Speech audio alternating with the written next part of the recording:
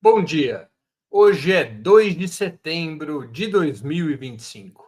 Meu nome é Breno Altman e estamos dando início a mais uma edição do programa 20 Minutos. O 20 Minutos de hoje vai mergulhar em um tema que marca o governo Lula 3 e pode definir o futuro do país. De um lado, o Brasil enfrenta uma ofensiva norte-americana com medidas como o recente tarifaço contra nossas exportações, além de pressões geopolíticas e comerciais que ameaçam a economia nacional. Em resposta, crescem as vozes que defendem investimentos públicos soberanos, capazes de garantir nossa independência tecnológica, industrial e científica, por exemplo, como a construção de data centers sob controle brasileiro ou até o monopólio das chamadas terras raras. De outro lado, o governo se vê amarrado pelas regras do arcabouço fiscal, que limitam os gastos públicos e muitas vezes travam justamente as políticas necessárias para enfrentar esses ataques e abrir caminho para um novo projeto de desenvolvimento. Como equilibrar esse jogo? É possível defender a soberania nacional com as restrições orçamentárias atuais? Qual o verdadeiro espaço de manobra do Estado para enfrentar desigualdades, estimular a economia e investir em ciência e tecnologia? Para analisar esse cenário e apontar caminhos, recebemos a economista Bianca Valosky, doutoranda no programa de pós-graduação em políticas públicas da Universidade do Paraná e especialista em economia política do Estado Nacional e governança global. Fiquem conosco, já vamos começar.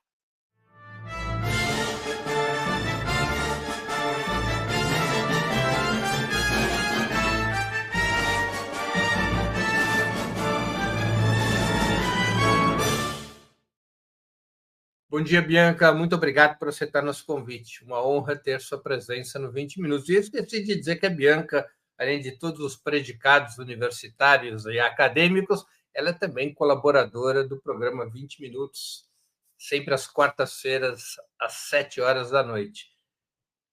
Bianca, muito obrigado por aceitar o convite. Imagina, bom dia, Breno, bom dia, Veridiana, que está como produtora aqui hoje, e a todo o público que está com a gente. É uma honra, estou sempre nas quartas da noite falando sobre economia com mais uma bancada, mas hoje sozinha aqui também vai ser muito interessante, estava ansiosa por esse momento. Bianca, como é que você avalia o desempenho do arcabouço fiscal já em seu segundo ano de vigência? Breno, é importante dizer que eu tenho a impressão de que o primeiro ano do governo Lula, que foi o ano que tinha a PEC da transição, foi o melhor ano no sentido de políticas públicas e do limite que as políticas públicas tinham, justamente por estar muito mais livre, né? Terem muito mais possibilidade de acontecer. Eu quero só fazer um breve apanhado aqui do que significa o arcabouço fiscal, né? O arcabouço fiscal ele tem um tripé. E esse tripé, ele, em primeiro lugar, ele vai estabelecer uma banda para o crescimento econômico. O crescimento do gasto público, na verdade, né? Que é no mínimo 0,6% e no máximo 2,5%. E isso respeitando um limite de até 70% do crescimento das receitas. Esse é o primeiro tripé. A primeira parte do tripé. Segundo lugar, o arcabouço, ele vai estabelecer uma meta para o resultado primário, que é o quê? As receitas menos as despesas do governo, né? E disso excluídos os juros da dívida, porque os juros da dívida sempre são pagos à parte. E a terceira parte do tripé, que é justamente esse piso para os investimentos de 6%. Os investimentos é aquilo que o governo gasta construindo coisas, né? Então, por exemplo, construção de hospitais, construção de fábricas, construção de empresas públicas, por exemplo, né? Entrariam todos nesse grupo aí. Acho que é até bem importante ter isso em mente, porque mais para frente na nossa conversa vai fazer ainda mais sentido. Então, o que a gente percebe com o passar do tempo do arcabouço fiscal é que o governo vem adotando cada vez mais uma política de menos gasto público e de incentivo a parcerias público-privadas e a privatizações. Vídeo, por exemplo, eu não sei se foi essa semana ou semana passada, mas acho que foi semana passada, que o Lula esteve em Recife falando sobre a privatização do metrô em Recife. Então, essas são as consequências que a gente vai observando com o passar do tempo do novo arcabouço fiscal. Em Recife, se trata de PPP ou privatização estrito sensu? O metrô de Recife. Se eu não estou enganada, é privatização mesmo. É para conceder para iniciativa privada. Eu acho que é isso. Uma concessão privada. Isso. Uhum.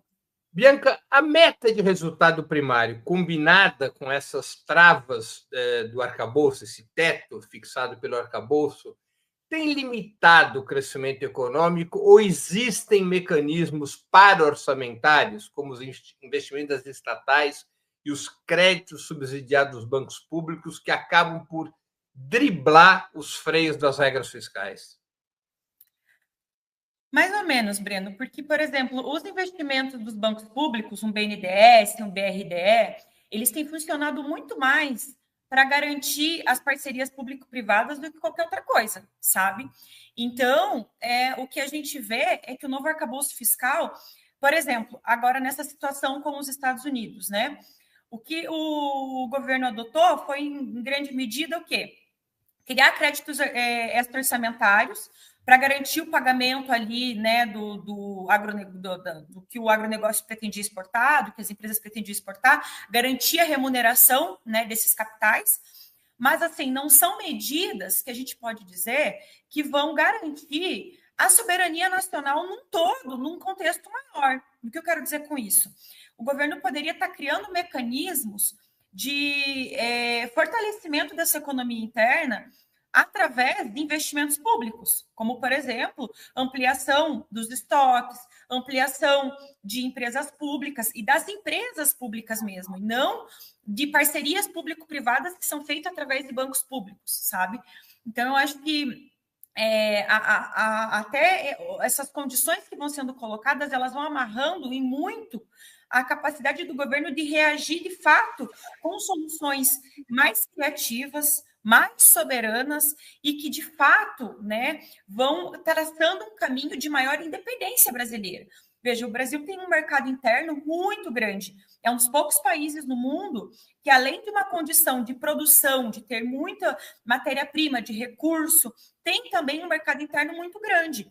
E isso não é aproveitado, né? A gente teria condições de reorganizar nosso mercado interno e fazer uma construção de uma economia mais soberana, menos dependente da exportação. E aqui, por óbvio, a gente está falando, é muito difícil hoje em dia, né? Eu não nem defendo isso, mas assim, o capitalismo hoje ele é mundialmente integrado, né? Obviamente, mas há condições de se criar uma economia interna mais forte e que resguarde os seus agentes internos, né, as suas empresas, o próprio governo, dessas oscilações, tal como o tarifaço do Trump. Agora, por exemplo, os investimentos da Petrobras, para citar a principal estatal, eles não estão contabilizados pelo arcabouço fiscal. A Petrobras pode investir livremente. Esse tipo de mecanismo consegue driblar parcialmente os limites do arcabouço fiscal? Ele consegue, mas eu acho que aí vem outras políticas que são importantes. Primeiro, porque assim, a gente tem que ter em mente que a Petrobras ela é uma empresa que, se a gente quer falar de um futuro intergeracional, a gente quer deixar para outras gerações algum país, o petróleo por si só ele tem que ir sendo abandonado gradativamente, né? Acho que essa é uma discussão que não tem o que ser falado, né? Ambientalmente, a gente sabe que o petróleo ele é um problema. Por mais que no Brasil o consumo de petróleo não seja o maior causador de gases de efeito estufa, mas no mundo ele é, né? Então, aí a gente já tem uma questão com a Petrobras, que é de mudar o modelo e mudando o modelo de negócios dela. Eu sei que a empresa já tem feito isso, mas aprofundar isso e mais ainda, né, é não querer, que é uma coisa que vem acontecendo, como por exemplo com a Foz lá no Amapá, né, com a foz do Rio Amazonas, de aprofundar explorações em lugares que até hoje nem sequer eram explorados.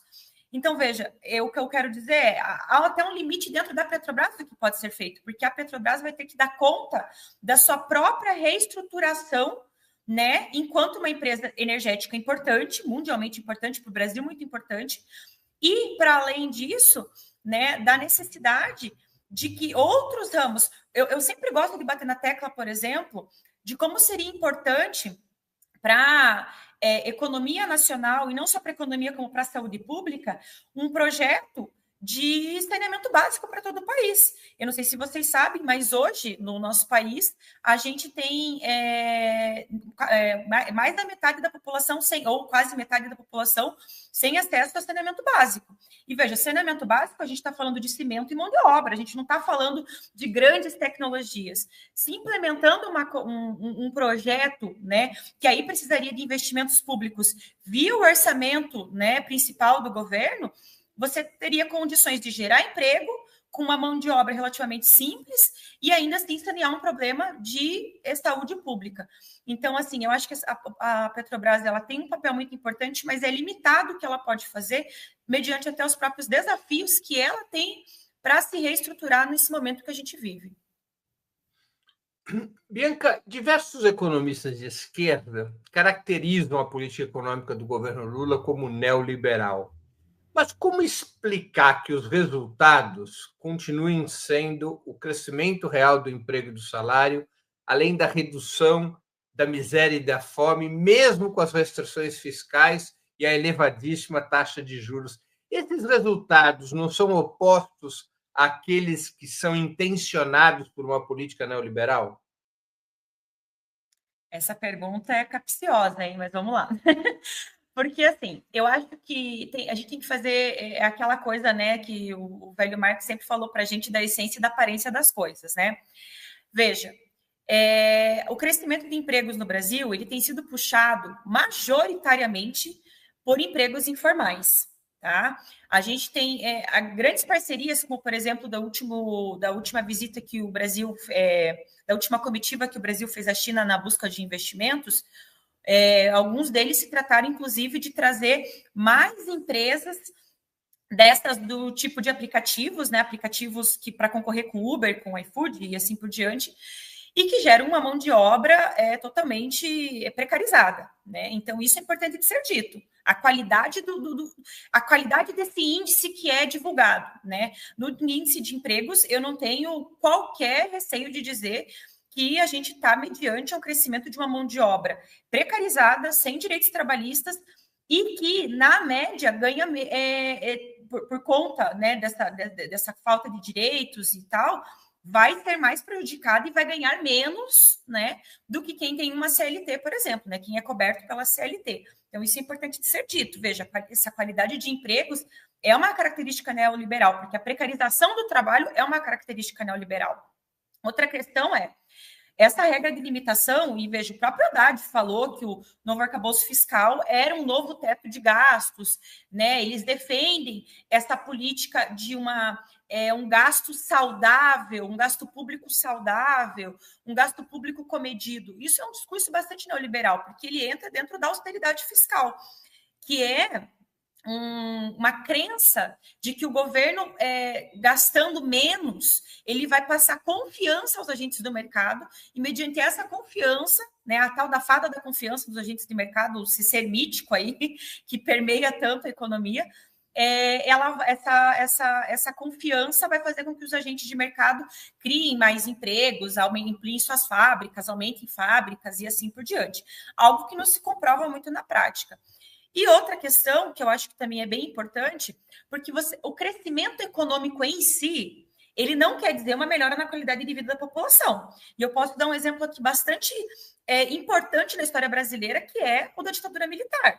Na ditadura militar, a economia brasileira teve ali o período do milagre econômico, onde se cresceu até 10% ao ano, mas a gente teve uma concentração de renda altíssimo, a gente tinha, para além da questão democrática sendo completamente violada, a gente tinha ainda também a questão de que a qualidade de vida das pessoas estava piorando, a composição do salário foi piorando. Então, veja, crescimento econômico não significa melhora na vida das pessoas. Tá? Crescimento econômico pode estar significando simplesmente concentração de renda. O ritmo que o governo Lula 1 e 2 conseguiu desconcentrar em renda não é nada parecido com o ritmo que se tem agora. Tá? Então, eu não tenho dúvidas de que esse governo atual, ele tem, por essas questões das parcerias público-privadas, pelo novo arcabouço fiscal, pela questão desse fomento a empregos tão desqualificados e assim por diante, que você tem sim um governo neoliberal. Agora, o CAGED, que é o instituto que registra os empregos no Ministério do Trabalho, ele informa que o estoque de empregos formais ele cresceu 3,7% no ano passado em relação a 2023, ou seja, o peso do emprego formal cresceu. E a renda também subiu. Eu volto a insistir, esses dados não são contraditórios com uma política neoliberal? O crescimento do emprego formal e o crescimento da renda média do trabalho? Eu acho que não, Breno, porque comparado ao crescimento do emprego informal, o emprego formal cresceu muito pouco. E se a gente pegar os próprios dados do CAGED, a gente vai ver que, por exemplo, motoristas por aplicativo são um dos grandes carros-chefes aí do crescimento dos empregos. E a gente, até pelo fato de a gente estar numa desindustrialização, né? E nessa desindustrialização, a gente ter, né, uma situação de você não estar criando empregos mais qualificados. O que eu quero dizer com empregos mais qualificados? Empregos que usem mais de emprego de tecnologia, que precisem de uma mão de obra mais qualificada, que incentivem, né, a população a estudar e assim por diante. O que a gente vê, na verdade, é um caso ao contrário, né? As pessoas que têm uma mão de obra mais qualificada, elas se encontram numa situação muito mais difícil de arranjar emprego do que, né, quem tem uma mão de obra menos qualificada.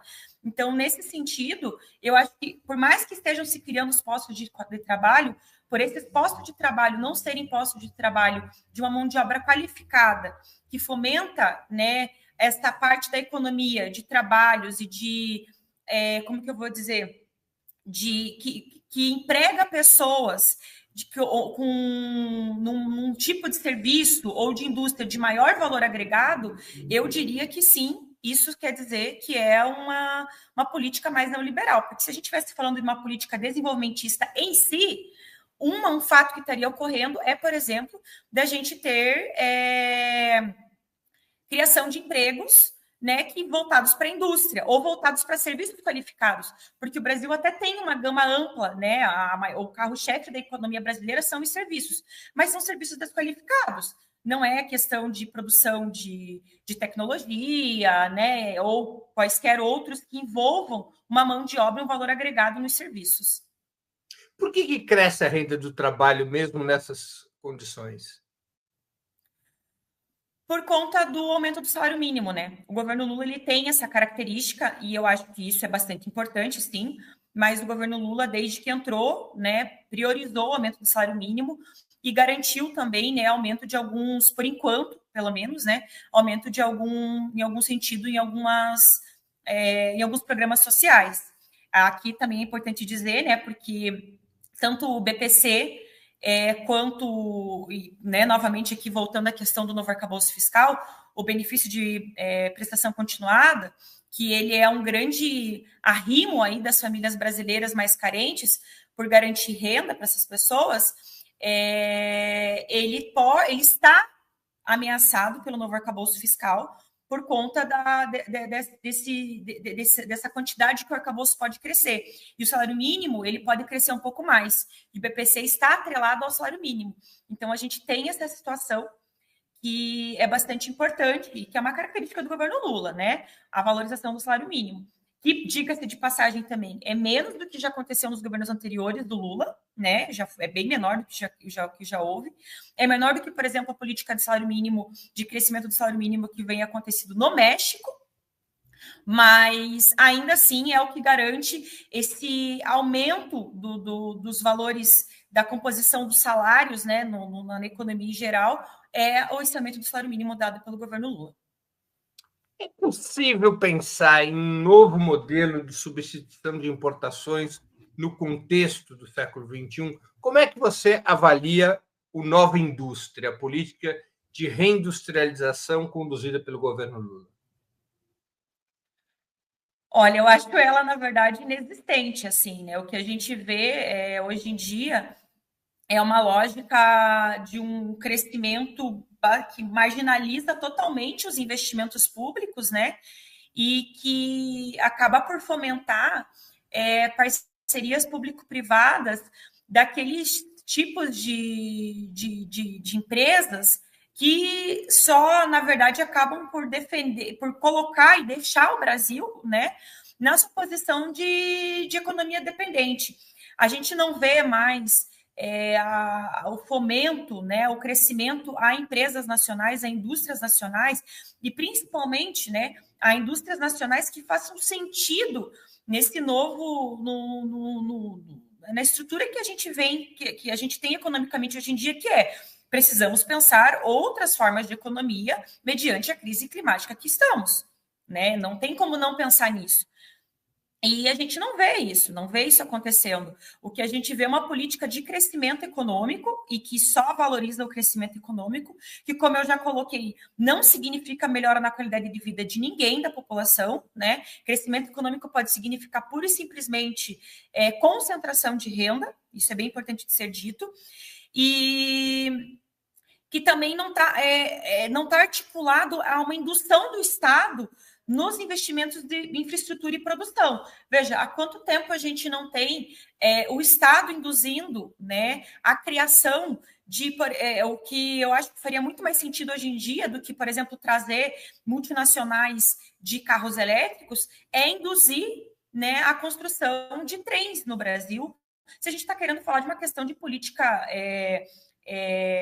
verde, né, de uma economia verde de fato, porque assim, soluções individuais para um problema como do que a gente tem da crise climática não vão fazer sentido, né? Então, mais carros elétricos não fazem sentido, além de ampliarem a exploração do meio ambiente e de serem mais uma daqueles casos de maquiladoras que as empresas se instalam aqui no Brasil, as peças vêm de fora, a mão de obra qualificada é toda lá fora, que dentro são só montadoras, né, de peças e de carros que não agregam em tanto quanto, por exemplo, se a gente investisse numa indústria, né, para ferrovias e organizar isso, que faz muito mais sentido ecologicamente e, né, para a questão ambiental no Brasil e para a questão de uma geração de empregos e uma questão de uma autonomia dentro do país. Então, me parece que não ter esses investimentos em infraestrutura e produção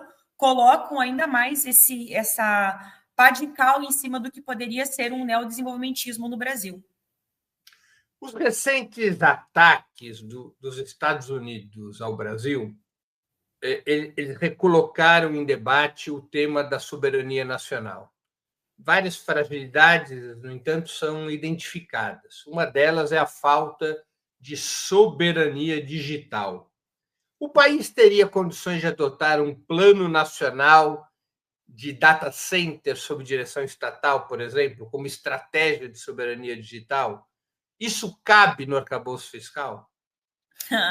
Não cabe, né? É justamente isso. Veja, se a gente tem uma limitação de até 0,6% do crescimento, né, do que cresceu da receita para crescer em investimento, não cabe, não tem como. É justamente isso. Você não tem como investir em infraestrutura e produção como se investiu lá atrás, como se fez em outras épocas na economia brasileira, mediante essa própria cinta que o governo se colocou e se aperta, sabe? E que seria muito importante. Veja, de fato, não há como se negar da importância do Lula na frente da economia brasileira nesse momento, né? O que seria de nós se fosse o Bolsonaro nessa situação, né? A gente teria concedido tudo, estaria sem terras raras, tudo já teria acontecido, né? Tudo de entreguismo já teria acontecido. Mas também de fato é preciso dizer que o governo Lula fez não tem uma ousadia no sentido de avançar naquilo de repente, criar mecanismos de defesa, né, de uma construção de uma soberania nacional mais consolidada. Porque a nossa economia, por ela ser muito dependente do mercado externo, ser muito dependente de outros países, ser muito dependente do capitalismo central, ela não tem estrutura para criar, não tem estruturas para se fazer valer mediante essas situações.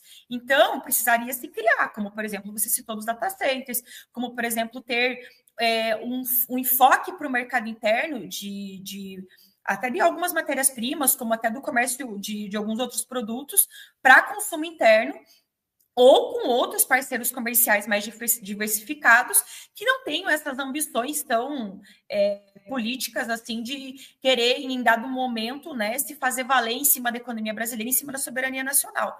Mas, de fato, o arcabouço fiscal limita em muitas possibilidades. Por mais que, nesse dado momento, em específico, o governo tenha aberto créditos extraordinários, mas que são só o suficiente para cobrir alguns prejuízos de alguns empresários. Mas, assim, no sentido de criar uma política de soberania nacional nova, não, isso não como, por exemplo, com data centers, o arcabouço fiscal limita e limita muito. Sem ter força no Congresso para eventualmente revogar o arcabouço fiscal, o governo poderia expandir esses créditos extraordinários para um conjunto mais amplo de medidas soberanas, como, por exemplo, investimento em data centers, entre outras? Ele poderia, só que eu acho que talvez fosse um pouco mais difícil do Congresso mesmo aceitar, sabe? Eu acho que o governo Lula, ele acaba pecando politicamente no usar a população mesmo, sabe? Como um respaldo para aquilo que se pretende fazer. Um pouco como o Petro faz na Colômbia. Eu acho que o governo do Petro, ele tem uma característica muito parecida com o que o governo Lula vive aqui, que é um Congresso muito contra, né, o executivo.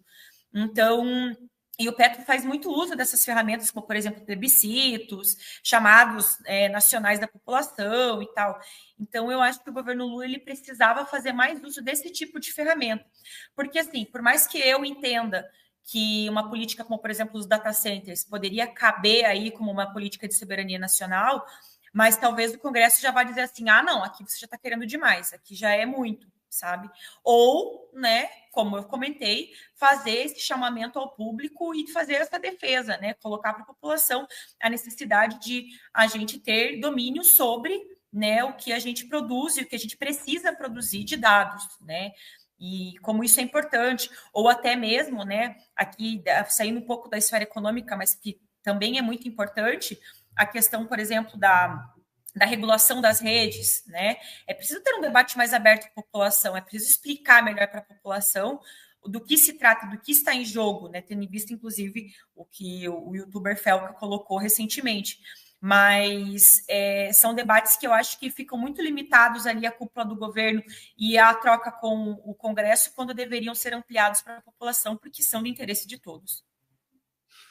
Beca, um dos temas mais relevantes da economia mundial atualmente, diretamente vinculado, no caso brasileiro, à defesa da soberania, é a exploração dos minerais nobres, aqueles minerais indispensáveis para o atual patamar tecnológico da produção industrial. O lítio, o nóbio, um conjunto de 17 minerais. O Brasil é o detentor da segunda reserva desses minerais no mundo, com aproximadamente 20% dessas reservas, atrás apenas da China. Como lidar com essa questão? O país deveria manter livre sua exploração pelo capital estrangeiro, como é hoje, utilizando essa exploração para reforçar a exportação de commodities, ou devia buscar um outro caminho com esse tema dos minerais nobres, chamado ouro do século XXI? Pois é, Breno, sabe? É uma questão muito importante, porque a verdade é que esses minerais nobres, ou também eles chamam de terras raras, né? Que são os lugares onde tem esses minerais, eles representam aí talvez o novo petróleo, né? Para a chamada economia verde, que dá para se fazer muitas considerações. Porque o que acontece? O capitalismo, ele sempre vai se orientar para acumulação e para expansão. Isso é simples, é a regra de como funciona. E, tendo em vista todo o apelo que está havendo em relação ao petróleo, vai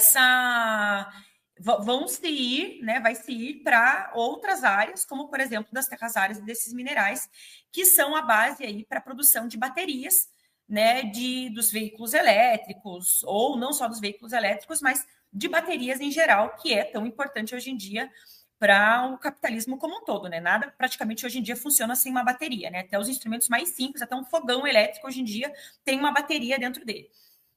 Então, o que a gente tem e aqui daí vai chegando num ponto que é muito difícil, né? Eu não tocar nas limitações que a gente vai ter enquanto economia, se a gente quiser de fato falar no futuro para o planeta, e no futuro, na verdade, para o planeta não, porque o planeta vai continuar existindo, mas no futuro para espécie humana na Terra, né? Porque assim, se a gente for explorar tudo que for necessário para ficar produzindo carro elétrico individual, não vai sobrar, a Terra vai virar um grande buraco, o Brasil vai virar um grande buraco, né, de cavado aí para tirar esses minérios.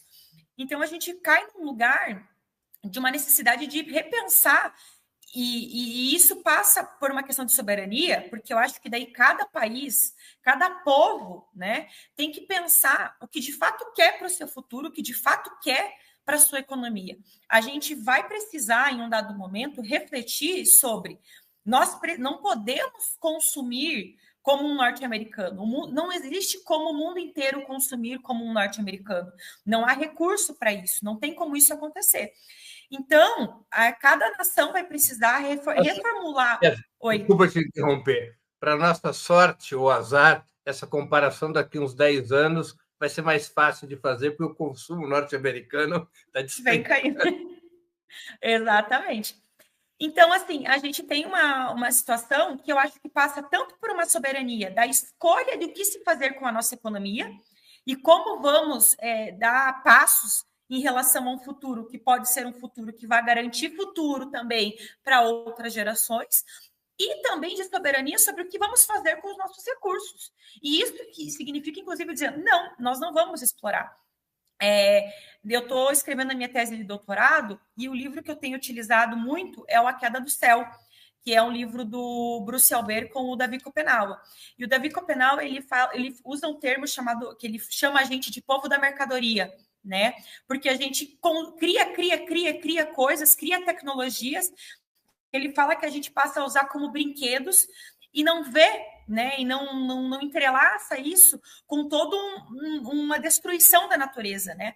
E eu acho que é esse o ponto que a gente está chegando, né? Esse é o ponto que a gente está chegando, de ter que repensar em como que a gente vai ser soberanos, tanto nas escolhas econômicas que vamos fazer para o futuro, que sim implicam numa redução de consumo. Se a gente quiser falar de fato de algo sustentável, a gente tem que falar numa redução de consumo.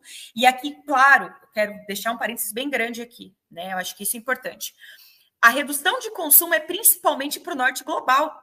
Quando a gente está falando de redução de consumo, quem tem que reduzir mesmo, quem tem que parar de consumir tanta bateria para daí parar de querer as nossas terras raras, os nossos minérios raros, é o norte global, são eles que consomem muito isso.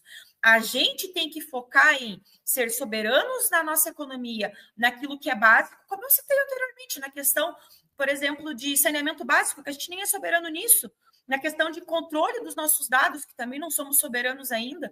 Então, é nesse tipo de coisa mais básica que a gente nem sequer tem, mas o norte global tem que, sim, ser o responsável por uma redução do seu consumo. Só que disso eles não querem falar. Mas aí, o que eu quero dizer, e aqui para finalizar o que você me perguntou, é de como são duas questões de soberania. Soberania de uma escolha sobre o que se quer fazer e para um futuro, e soberania sobre os nossos recursos, que são extremamente importantes também. Agora, como se poderia utilizar esses recursos, as terras raras, para impulsionar o desenvolvimento do país? Qual seria a melhor estratégia? Porque nós sabemos que os minerais tradicionais no Brasil, eles se transformam em commodities, eles são exportados e muitas vezes o Brasil exporta ferro e importa produtos feitos com o ferro. Né? Como é que poderiam ser usadas as terras raras para impulsionar o desenvolvimento soberano do Brasil? Eu acho que, primeiro, se você não tem um projeto de desenvolvimento nacional, fica muito difícil de você conseguir construir alternativas para esse tipo de questão. Então, primeiramente, precisaria-se de um projeto de desenvolvimento nacional e de se pensar que tipo de desenvolvimento que se quer. Né? A gente quer um desenvolvimento que ele vá garantir futuro para as próximas gerações, ou um desenvolvimento só focado em garantir o retorno financeiro, o retorno econômico para os grandes empresários. Isso é importante de ser dito. Segundo, a gente está falando também de quando a gente está desse desenvolvimento, que ele vai priorizar novas tecnologias e tecnologias que sejam sustentáveis. Então, a gente tem que pensar em como a gente vai utilizar nossos recursos naturais. Como eu comentei anteriormente, o Brasil ele tem uma vantagem econômica perante outros países, justamente pelo fato de, ao mesmo tempo, ele ter um mercado interno consumidor muito grande, que pode autorregular a economia, como também ter fontes de recursos numerosas aqui para diversos tipos de tecnologias que se queiram implementar. Veja, o Brasil ele poderia, mediante a essa situação dessas duas benefícios que ele tem com ele, implementar um plano de desenvolvimento econômico que se baseie em novas tecnologias, em tecnologias consideradas mais verdes, mas sem cair, nessa coisa do consumo individual, porque isso não faz sentido nenhum, defender carro elétrico para cada pessoa na população não faz sentido nenhum, isso não tem qualquer ligação com uma energia, de fato, uma economia sustentável e uma energia renovável, porque economias individuais soluções individuais não vão ser soluções para um futuro de uma nação. E com essas criações de novas tecnologias e, de repente, criações de parques industriais, mas que fomentem tecnologias verdes pensadas para a coletividade, a gente conseguisse criar um plano de desenvolvimento econômico realmente sustentável, realmente garantidor para a população aí nos próximos anos. O BNDES e a FINEP têm condições de financiar um salto estratégico em tecnologia e inovação no Brasil? Eles têm, mas eles têm, eu vou insistir de novo, talvez seja uma coisa muito dos anos 60 aí, que eu esteja falando, muito alguns anos atrás, mas eu ainda vou insistir no fato de que a gente precisa de um plano de desenvolvimento econômico, porque enquanto não se tiver um plano de fato de desenvolvimento que diga a prioridade do Brasil, as prioridades do Brasil enquanto economia são essas, essas e essas e essas.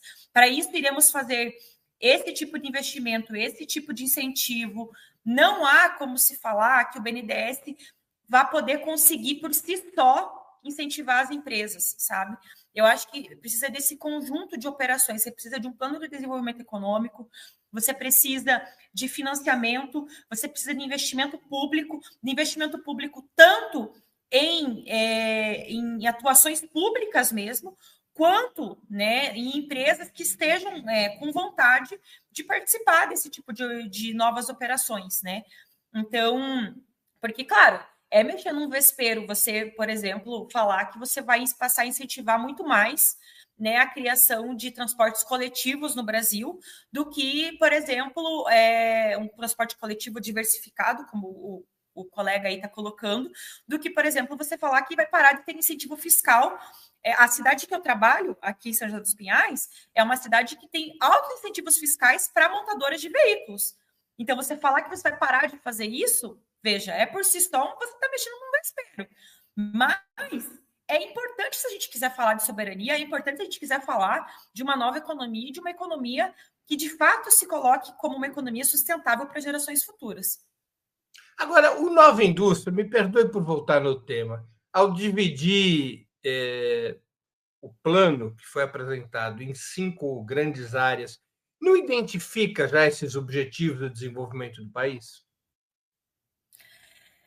Veja, eu acho que ter só um plano, sem você ter como, que daí a gente interliga as duas questões que a gente está debatendo aqui hoje, né?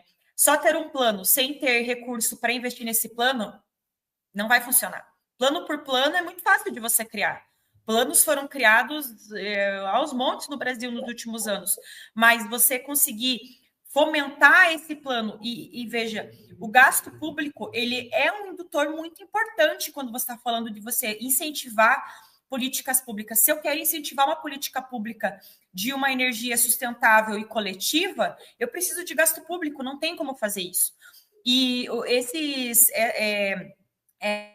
o que tem sido feito na nova indústria tem sido muito de parcerias público-privadas e pouco se falando, na verdade, em indústria e muito mais em serviços, porque hoje em dia a gente também tem uma dificuldade, é muito mais difícil de você separar a indústria de serviços do agronegócio, né? As coisas se interligam muito mais hoje, né? Você tem uma divisão muito mais tênue ali entre elas. Mas, de fato, você só colocar no papel e você não ter como ter recursos para fomentar, eu acho que é um problema bastante grande. Eu acho que é aí que entra a grande questão, né? É você entrelaçar, você não poder ter amarras fiscais que te limitem nesse tipo de investimento, como você ter planos bem estruturados para poder fazer esse tipo de incentivo de fato acontecer. Diante do que você está falando, o ministro Fernando Haddad ele tem reiterado, já várias vezes ele o fez, que, em função das restrições fiscais, o motor de arranque de um novo ciclo de desenvolvimento, de um novo plano de desenvolvimento, deveria ser o setor privado, mesmo com as elevadas taxas de juros atuais. O capital privado no Brasil teria interesse e força, por exemplo, para garantir o chamado catch-up tecnológico da economia brasileira em relação aos países mais desenvolvidos? Ou seja, ele teria como corrigir o enorme atraso que hoje o Brasil tem em vários setores industriais fundamentais?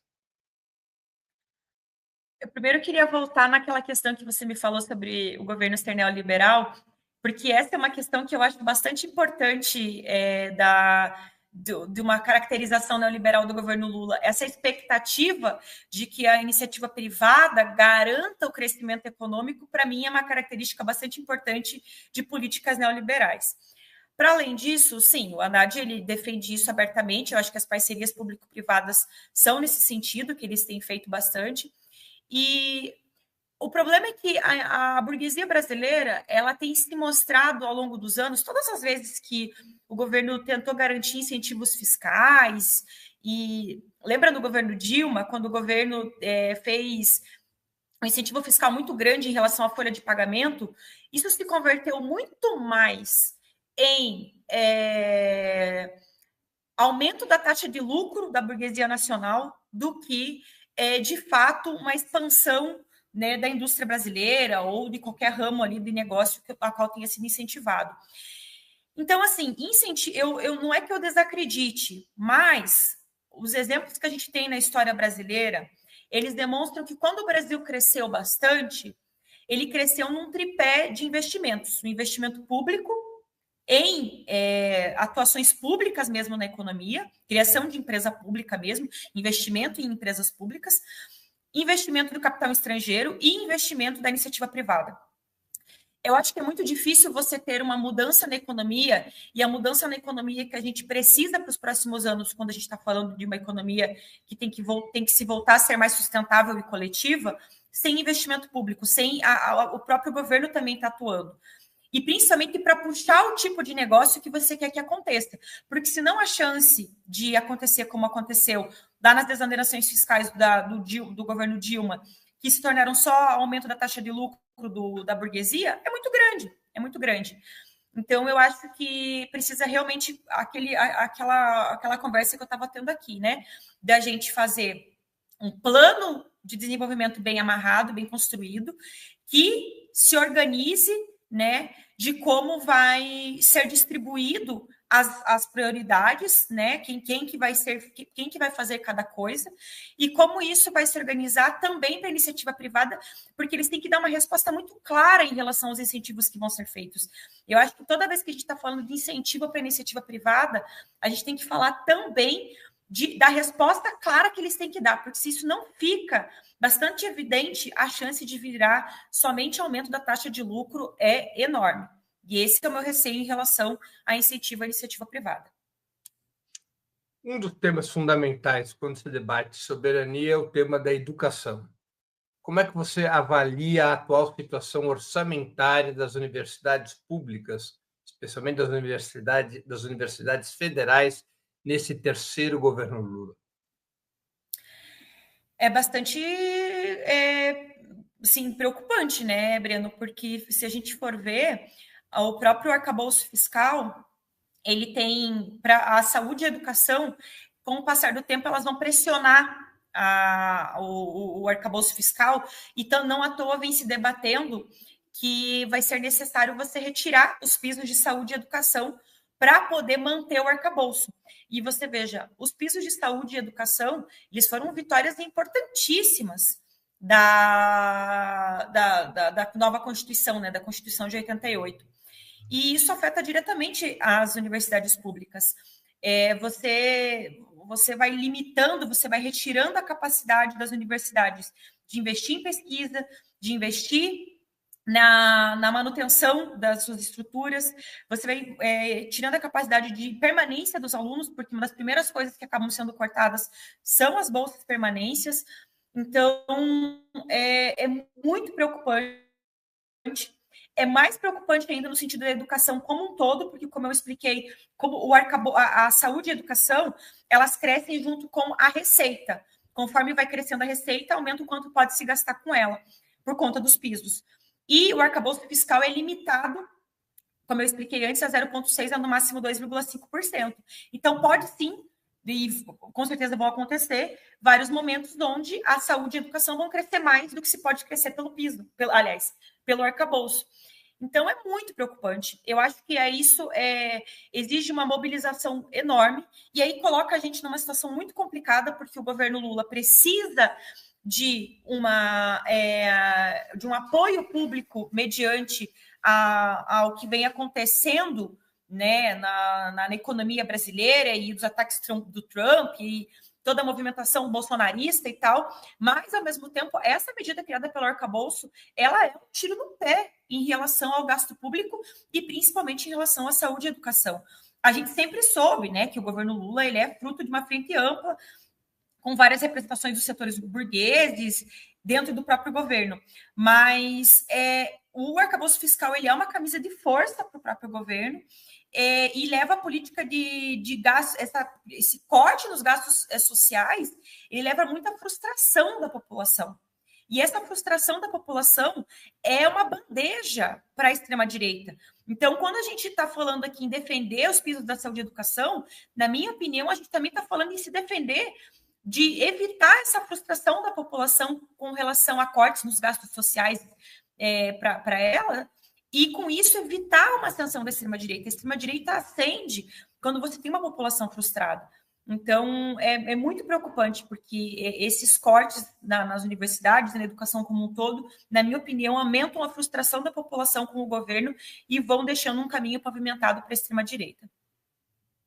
Ainda sobre o tema da soberania, Bianca, que medidas você acha que seriam indispensáveis, urgentes, para recolocar ciência e tecnologia no centro da estratégia do Estado? O que fazer para eliminar esse atraso que o Brasil veio acumulando em muitos setores nas últimas décadas? Bom, primeiro, o que o nosso grande debate de hoje, né? Ter orçamento público. Não, nenhum plano ele sai do papel se você não tiver recursos para fazer ele acontecer.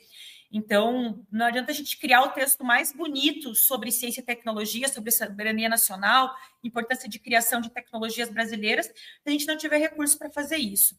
Segundo, eu acho que o Brasil explora pouco a capacidade de integração tecnológica que poderia ter com a China. A gente está numa relação comercial com a China muito fraca, muito mais no sentido agroexportador e que perpetua a dependência econômica brasileira, do que, de fato, uma relação econômica que garanta, né, e que eu acho que a China tem condições e que, se for colocado uma proposta para ela, tem a possibilidade de que aceite, de ajudar o Brasil na construção das suas tecnologias e de uma soberania tecnológica também, né? Por óbvio que vai exigir algumas moedas de troca, mas talvez eu acho que esse caminho é um caminho muito interessante. Eu acho que os BRICS, como um todo, na verdade, eu falo da China porque a China, sem sombra de dúvidas, é a que tem o maior potencial tecnológico, né? Mas os BRICS como um todo são pouco, se exploram pouco, se conectam pouco nesse sentido tecnológico e da importância que isso é para o Brasil. E aqui, para fechar, Uma das medidas que o governo podia tomar, que é da paridade econômica, né, com relação ao governo dos Estados Unidos, um deles era as quebras de patente. Eu acho que isoladamente isso é difícil de que aconteça. Né? O Brasil não tem essa força política para quebrar as patentes. Mas os BRICS como um todo, porque a Índia também está sendo prejudicada, a Rússia já nem se fala, que já tem mais tempo sobre isso, a China também super prejudicada, se colocassem contra as patentes norte-americanas, seria um passo extremamente importante na defesa de uma soberania econômica, né? Uma soberania tecnológica econômica. Então, acho que esses seriam alguns dos passos aí importantes. Você acha que o Brasil tem condições de se integrar às cadeias globais de valor sem abrir mão da soberania? Eu acho que tem. Eu acho que tem, e eu acho que existe um momento o momento que a gente vive, ele é um momento de que os Estados Unidos eles estão enfraquecendo. Não quer dizer que eles ainda perderam a soberania, o poder imperialista deles. Não é isso. Mas é um poder imperialista que está diminuindo, tá? E a gente tem a ascensão de um outro império, que é a China crescendo. E a China que, por sua vez, apesar de ser detentora de um grande capital, e o Lenin já ensinou para a gente que imperialismo é o capital, é ter domínio do capital, a China tem uma outra política em relação a isso. Né? A China se organiza de uma outra forma. Por isso que eu coloco que eu acho que o Brasil explora pouco esse tipo de parcerias com a China, porque a China tem possibilidade, né, de nos incentivar muito, de criar com a gente mecanismos de soberania nacional muito maiores. Mas veja, são políticas. A China seria um império do bem? Não sei se império do bem, né? Porque não é uma coisa do bem contra o mal, mas é uma coisa assim que eu acho que é um império menos autofocado, talvez. Não sei se seria bem essa palavra, mas eu vejo como, até, por exemplo, essa questão do chat GPT e do DeepSeek, né? A China conseguiu fazer isso em código aberto e quer transmitir para as pessoas. Os Estados Unidos já querem fechar tudo. Então, eu acho que tem esse lugar, né? Esse lugar de a China ter uma política de ela não quer só crescer sozinha, me parece. Ela está interessada, de algum modo, de fazer com que os países cresçam com ela. Só que ela também não vai pegar na mão e vai falar assim, é por aqui. Você vai ter que chegar com um plano para a China e falar como que você quer fazer, né? Qual que é o seu objetivo, o que você pretende e assim por diante. Então, eu acho que há um caminho, tem um caminho, mas esse caminho ele precisa de investimento público, esse caminho ele precisa de parcerias com outros países, precisa de parceria principalmente com a China, principalmente com a Índia, né? Foi um fortalecimento dos BRICS, para além de relações comerciais só voltadas ao liberalismo agroexportador, né? Então, tem um caminho, não é fácil, ele vai enfrentar a oposição, por exemplo, dos Estados Unidos, sem sombra de dúvidas, mas ele é um caminho importante e um caminho necessário se a gente quiser fugir da dependência econômica. Quer dizer, você acha que o Brasil tem como reverter seu enorme atraso, seu novo subdesenvolvimento? Eu acho que nada é dado na história, né? Eu não, assim, por mais pessimista que o momento atual possa às vezes parecer, a história ela não é fixa, né? Por sorte, nossa, veja só, os impérios sobem e caem, as coisas acontecem, né? Já tivemos aí a ascensão da União Soviética, já tivemos a sua queda. Então, por mais que eu não veja hoje em dia um movimento assim acontecendo, eu acredito que um movimento assim pode acontecer. Eu acredito que sim, há como o Brasil ser mais soberano economicamente, há como se voltar para a economia interna, há como ser menos uma economia dependente do que é hoje, há como não ser um país que superexplora a sua mão de obra trabalhadora. Temos aqui algumas questões dos nossos espectadores, Bianca. Primeiro, o rede marxista. Eu não sei se é o ou a rede marxista. As pessoas, quando elas não põem o nome, é difícil saber, né? Bianca, é possível usar o BNDES, o Banco do Brasil e a Caixa para reestatizar empresas estratégicas privatizadas ou para estatizar empresas como a Avibras? E o Glauco Gomes, a esquerda desenvolvimentista consegue animar as massas frente à percepção geral de que não há espaço para todos, utilizada pela extrema-direita como chamariz para seu projeto excludente e autoritário? Bom, o da rede marxista é mais objetivo. Não, o BNDES, a Caixa e o BB, os investimentos deles são todos voltados para o capital privado, tá? Eles não têm. Quando um governo ele quer reestatizar, ou ele quer comprar, ou ele quer financiar uma nova empresa pública, ele precisa fazer isso através dos seus próprios recursos, tá? Ele não pode utilizar, pelo menos da forma como é hoje, né? Não sei se tem que fazer a partir do Tesouro. Isso, tem que fazer a partir do Tesouro Nacional. Não se utiliza, não se pode utilizar. Esses bancos, os bancos de desenvolvimento do país, eles são todos voltados para a iniciativa privada, incentivo da iniciativa privada e, eventualmente, algumas parcerias público-privadas, por exemplo, com municípios e tal, mas são casos muito específicos. O BNDES não pode comprar ações de uma empresa privada? Pode comprar ações, mas é isso, ele compra de empresas privadas. Ele subscreve, na verdade, né? O BNDES, ele subscreve. É quase como se ele fosse um avalista dessa empresa, assim. Ele fala assim, olha, eu garanto que essa empresa aqui vai ser boa, ela vai continuar ganhando. É uma coisa meio assim, sabe? E eu acho que, eu entendo, se eu não estou enganada, ele não pode também ser o majoritário. Ele pode até comprar para ajudar a fomentar, mas ele não pode ser o majoritário, sabe? Tem um teto, né? Tem um teto, tem um limite. E a pergunta do Glauco veja, eu acho que realmente a gente vive um momento de desilusão muito grande da população, né? É difícil de você animar. Eu acho que a força do neoliberalismo que foi destruindo, né, a capacidade do Estado responder aos anseios da população criou uma certa uma desilusão mesmo, né, da população em relação ao que o Estado pode fazer. Por isso mesmo que eu, né, defendo aqui que um governo muito amarrado orçamentariamente, como o nosso governo está agora, ele acaba criando mais frustração para a população, porque você acaba tendo que prejudicar os serviços públicos, você acaba tendo que reduzir a sua capacidade de resposta ao que a população precisa. E isso é um prato cheio para a extrema-direita. E não que eles vão resolver esse problema, a gente sabe que não, mas eles vão fazer jogo em cima disso, né? Fazer jogo político em cima disso.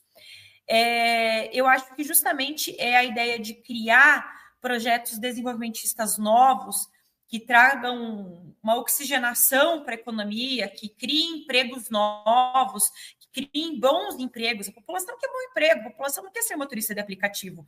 As pessoas são motoristas de aplicativo porque é o que tem para ser. Mas elas, de fato, eu tenho certeza que essa onda de como tem se dito aí que as pessoas não querem a CLT, é porque está muito ruim também ser CLT. Se ganha pouco, as condições são ruins, e para você ser da escola 6x1, quem que quer ser, né? Às vezes, de fato, é melhor você ser motorista no aplicativo, então. Então, o que se coloca mesmo é que se você não criar um projeto de nação que inspire as pessoas a saírem dessa desilusão, é muito difícil. Isso precisa de uma conversa com a população, como eu estava comentando, que muito maior, muito mais ampla, que dê essa esperança e que comece a criar nas pessoas uma vontade de defender as políticas públicas das quais elas fazem uso, porque para elas faz sentido isso. Mais uma pergunta de um espectador nosso, Alberto Alves, que contribuiu com o Superchat. O Alberto está sempre aqui conosco. Como o Juscelino conseguiu implantar a indústria automobilística em 5 anos? Lula poderia usar o mesmo modelo? Olha, eram outros momentos, né? Era um momento pós-guerra, a gente tinha a indústria sendo fomentada pelo capital estrangeiro, justamente por conta de precisar se reinvestir em outros lugares, né? Que não fosse a Europa. Então, você tem uma outra época da história, tá? Para além de que eu acho que hoje em dia, né, eu defendo aqui que a gente não priorize mais a indústria automobilística. O automóvel, o petróleo está defasado mediante o que a gente já sabe da crise climática. Isso não faz mais sentido. Mas eu entendo o que você quer dizer no sentido de fomentar a economia tão rapidamente. Sim, você pode fazer isso, mas você pode. O quanto o Juscelino gastou naquela época para fazer esse fomento à economia, hoje, conforme a gente tem a restrição econômica, não teria como acontecer. Então, assim, se a gente se mantém nessa restrição, eu acho muito difícil de que se consiga criar um plano tal como o que o Juscelino fez. Para além de que o momento histórico é completamente outro, né? Completamente outro. Então, eu acho que, assim, em 5 anos, como Juscelino, não. Precisaria ser de um prazo maior e também repensar quais os objetivos mediante o fato de que não faz nem mais sentido algumas políticas que foram adotadas lá atrás, agora, atualmente. Você está sem áudio. O financiamento externo, ele é um risco para a autonomia das políticas públicas brasileiras e para o nosso próprio desenvolvimento econômico? Eu acho que para a atual situação brasileira, ele acaba por aprofundar a nossa dependência e desigualdade social, sabe? Você aprofunda um modelo que vai trazer como essas empresas montadoras, né? A GAC, por exemplo, que é uma empresa montadora chinesa que está vindo para o Brasil para a produção de carros elétricos. Você tem um verniz aí de economia verde e tal, né? Mas você está trazendo uma montadora que vai gerar alguns empregos qualificados, mas que os mais qualificados vão estar lá fora, porque quem projeta, quem desenvolve fica lá fora. Aqui é muito mais linha de montagem, né? Você não desenvolve nada, você não cria nada de tecnologia aqui dentro. Então, e ainda quando os lucros são todos repatriados, né? São todos mandados para o país de origem. Então, eu considero o capital externo hoje em dia só um aprofundamento da nossa já dependência econômica tão profunda, né? Bianca, nós estamos chegando aqui ao fim da nossa conversa e eu queria te fazer 2 perguntas que eu sempre faço às nossas convidadas e aos nossos convidados antes das despedidas. A primeira, qual livro você gostaria de sugerir aos nossos espectadores? E a segunda, qual filme ou série poderia indicar a quem nos acompanha? Perfeito, Breno. O livro, eu até já citei ele aqui hoje, que é o A Queda do Céu, do Bruce Albert e do Davi Kopenawa. O Bruce Albert define o livro como uma crítica xamânica da economia política da natureza. Ele é um livro que ele vai fazer a relação entre a economia política e a natureza, como eu comentei, com base nas visões de mundo do xamã Yanomami Davi Kopenawa. É um livro fantástico, é um baita de um livro assim. Ele é um livro muito interessante na questão antropológica, ele é um marco na antropologia brasileira, ele demorou mais de 20 anos para ficar pronto. Eu recomendo ele fortemente porque ele faz um debate sobre a questão climática de uma forma muito profunda, né? Como só um xamã poderia fazer e sem perder a conexão com uma crítica profunda ao capitalismo. Então, eu acho assim, nesse livro que ele fala sobre o povo mercadoria, sobre o povo comedor de terra, eu acho um livro extremamente interessante e recomendo fortemente a leitura dele. É a base da minha tese de doutorado, inclusive, então eu sou meio suspeita a falar. E o filme, eu pensei num filme que... Ele é um filme antigo, mas eu acho que faz muito sentido, porque a gente vem vivendo, e principalmente vem vivendo aqui em Curitiba. A Câmara de Curitiba está com um projeto de lei de criminalizar a marcha da maconha aqui em Curitiba, e também está no processo de cassação de uma vereadora, porque a vereadora, numa audiência pública sobre drogas, falou sobre redução de danos. Então, eu citaria o filme O Bicho de Sete Cabeças, dos anos 2000, que é a história, inclusive, de um curitibano, o Austregésilo Carrano Bueno, que ele foi parar num hospital psiquiátrico porque tinha um cigarro de maconha. E aí, nesse hospital psiquiátrico, ele é violentado de diversas formas. Então, é um filme que eu acho que ele é muito interessante para se pensar essa questão da política de drogas sem moralismos e voltada para a saúde das pessoas, e não só um punitivismo aí que tem se mostrado muito ineficaz, tendo em vista que na guerra às drogas quem tem ganhado tem sido as drogas e não a população como um todo, né? Alguma série, Bianca? Série, eu não sou muito de série, você acredita nisso? Eu vou ficar só no filme hoje mesmo. Bianca, eu queria agradecer muitíssimo pelo seu tempo e por essa conversa tão relevante. Muito obrigado por aceitar o nosso convite. Obrigada a você, Breno. Estou muito feliz de estar aqui. Bom, e amanhã, quarta-feira, 7 horas da noite, é a bancada em que participa a Bianca no outubro. Tá? Então, já estão todos convidados para ouvi-la novamente amanhã, quarta-feira, 3 de setembro, às 19 horas, no canal de Ópera Mundi. Obrigado, Bianca, e até a próxima. Obrigada. Tchau, tchau. Eu também queria agradecer a todas e todos que assistiram a esse episódio, em especial aquelas e aqueles que puderam fazer contribuições financeiras ao nosso site e ao canal de Opera Mundi no YouTube. Sem vocês, nosso trabalho não seria possível e não faria sentido. Um grande abraço a todas e a todos.